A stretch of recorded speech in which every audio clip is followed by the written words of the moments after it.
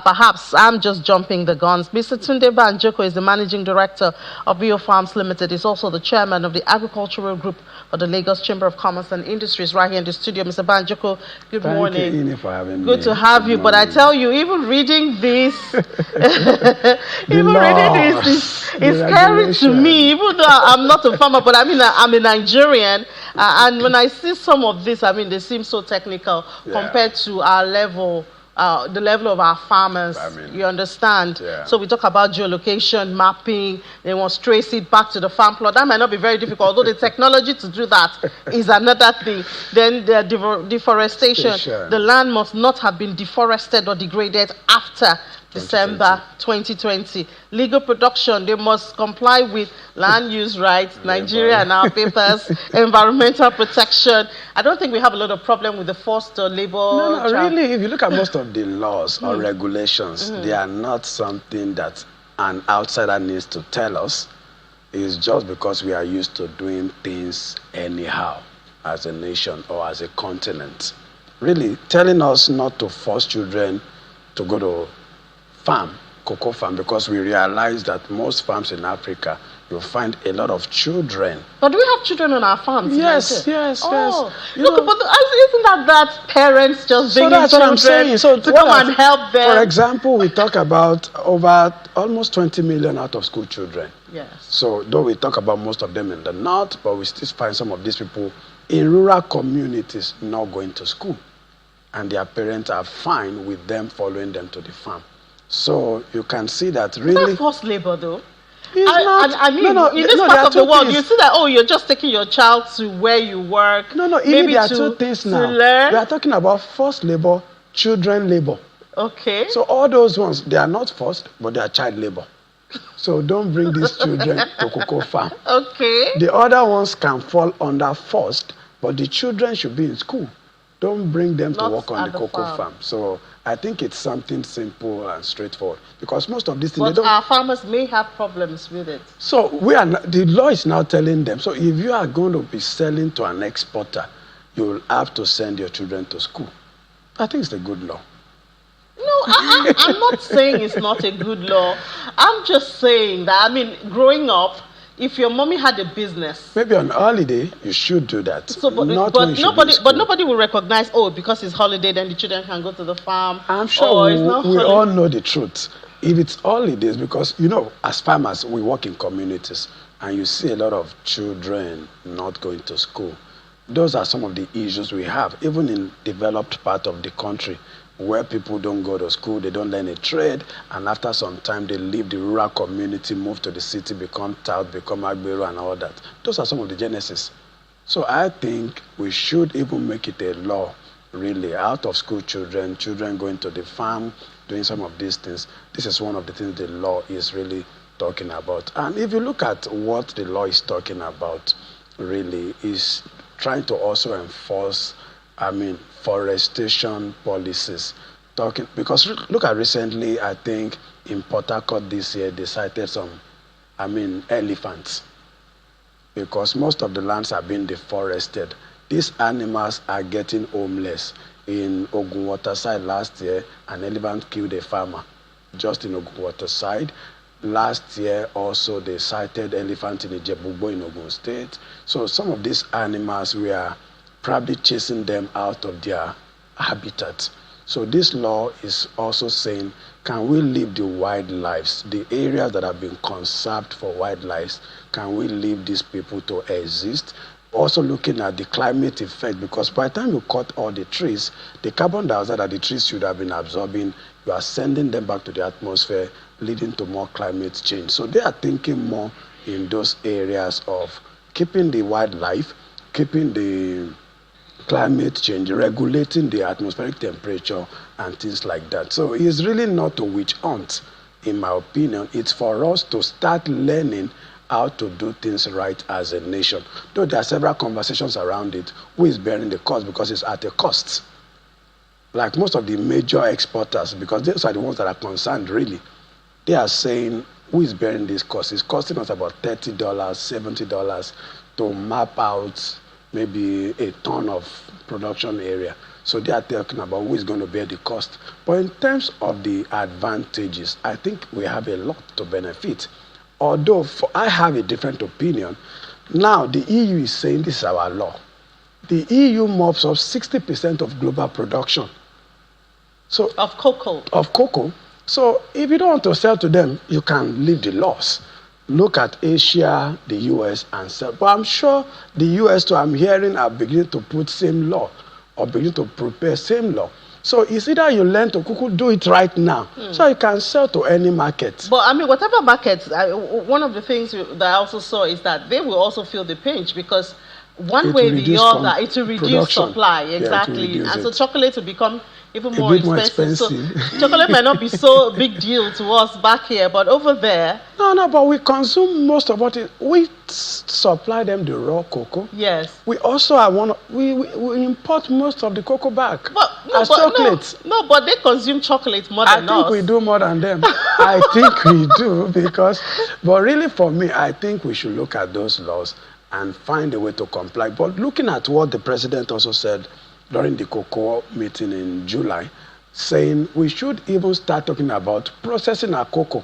You know, people thought the president is banning export, and they clarified that they are not banning export of cocoa.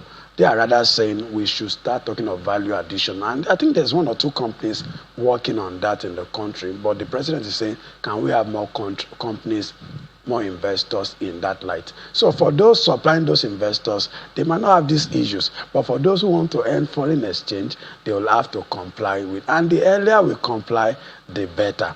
Because I think cocoa, after oil and gas, cocoa is the next thing that but I mean, when we look at our production and the potential, we are far below. And I think one thing this is calling our attention to as a nation, we pride ourselves that we are doing 1.4 million hectares of land for cocoa. And our output is just about 300,000. Meaning, instead of doing between 1 to 2.5 tons per hectare, we are still doing 0.4, 0.5 per hectare. So I think those are the areas we should focus on now as a country.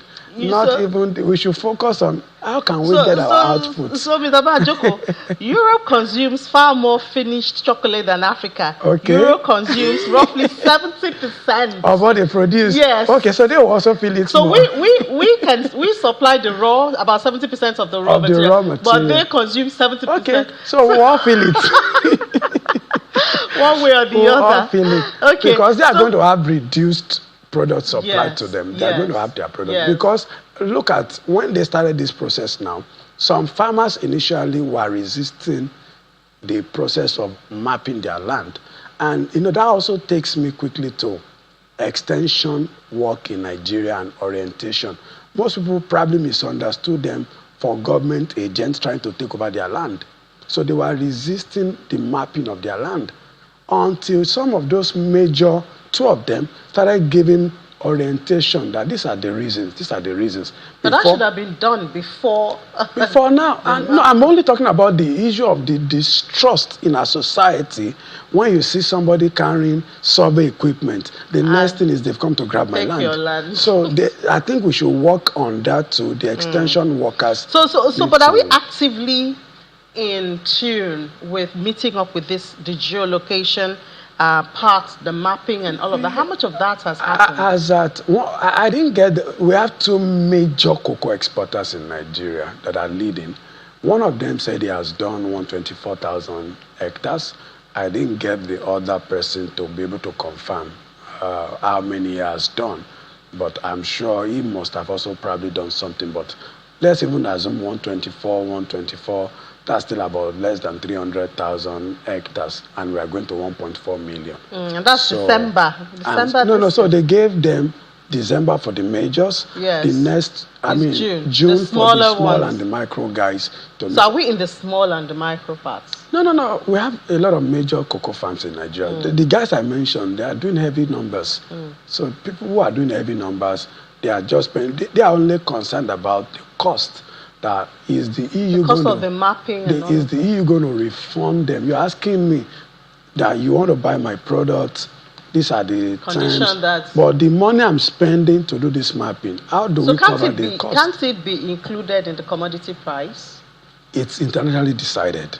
So you can't just, like, for example, today it's about $5,919 thereabout per ton. So you can't just decide mine will be $8,000 per ton. So you will have to, over the years, recover your cost. So it's going to, what the exporters are concerned now is that the money they are spending is reducing their profit margin. So hopefully the price will be stable over a long period and they can now recover their costs, because that is also one thing that is discouraging the exporters from doing this. Because this thing is not a new conversation. It's been on for a while. They've been pushing back, but now that the buyer of the commodity is saying, these are my stands, now they are being forced to comply. So we should see it from the different perspective of it, because even in Europe, the cow you eat is traced. And you remember, I think last time we were here, we were talking about tracing palm oil. So that's the same thing. We should start preparing for that. So I learned the federal government is doing something around that for palm oil too, because they called me. I think they were supposed to be on my farm too some weeks back. They are also now mapping oil palm plantations. So I'm using this opportunity to tell those who are also probably to get that information and probably get your field map, because traceability is something that everybody wants to know, where their product, what they are consuming, even the cows they eat, the fish, everything. We just don't want to buy randomly. And that's going to send, what do we call them? Those who are perpetrators of fake products. It's going to send them out of the market on the long run. Yeah. But of course, last time we talked about that too. We talked about the cost of that and who will pay for it. No, so that's part of the cost you're talking about. So somebody will bear the cost at this. But now, this time around, the farmers are not the one bearing the cost. So the farmers are good. Are you talking about the EU? For the EU own, the farmers are not bearing any cost. It's the exporters that are bearing the cost of mapping. What the farmer needs now is orientation, to let them know that when you see these guys coming with equipment, they are not government agents to take up your land. They are just mapping the land, so that, because these guys are saying, I want to sit in Europe and put on my phone and know the land where my product is coming from. Exactly. So it's a good thing. Yeah, it's technology in this world. It's technology this way. Yeah, thank you so much, Mr. Tunde Banjoko, Managing Director of Bio Farms Limited and also the Chairman of the Agricultural Group for Lagos Chamber of Commerce and Industry. Thank you.